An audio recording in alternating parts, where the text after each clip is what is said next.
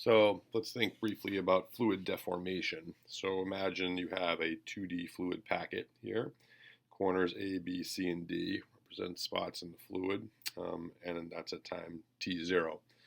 And in general, if time were to advance, this fluid packet could deform. It could move, but it also could change shape. That is, the particle, if you imagine a particle at position C, or let's say a water molecule at position C, it may have moved, in this way, while B has moved some other way. And the whole thing can both, twist, deform, change shape. All of that can happen in real fluid flow.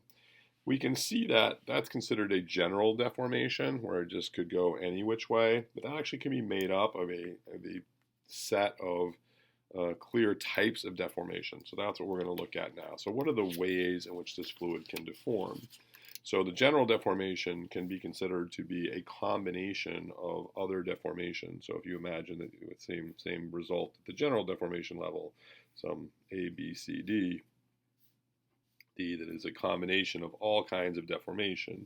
So the first type of deformation is just simply a translation. So in that case, the shape of the box, the shape doesn't change at all.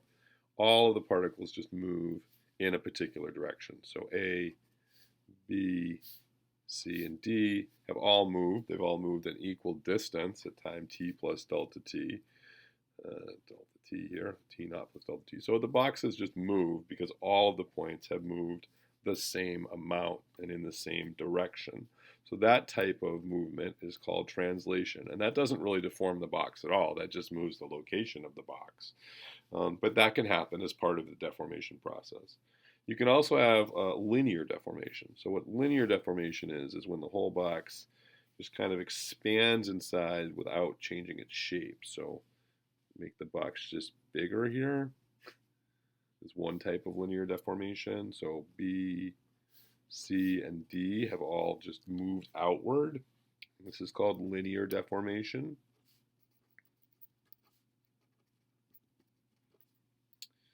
So that's your linear deformation, the box just expanding with all the points still staying relatively in the same relation to each other. So no twisting has gone on, no change of the angles. Third type of deformation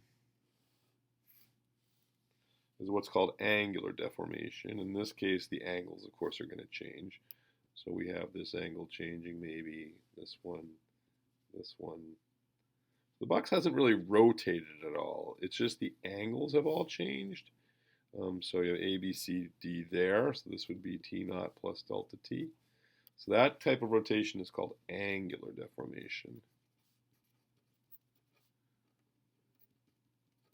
So yeah, say the box, it hasn't really twisted at all. It's just kind of elongated by changing the angles.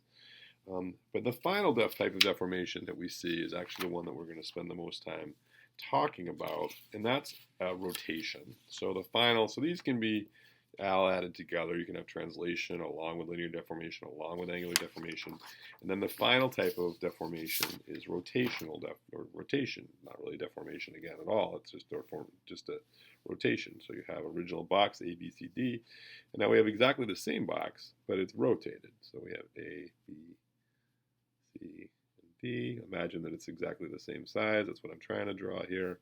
So A, B, C, and D would be our rotation. And so rotation, it turns out, has a very special relationship in flow, because some flows rotate and other flows really don't rotate.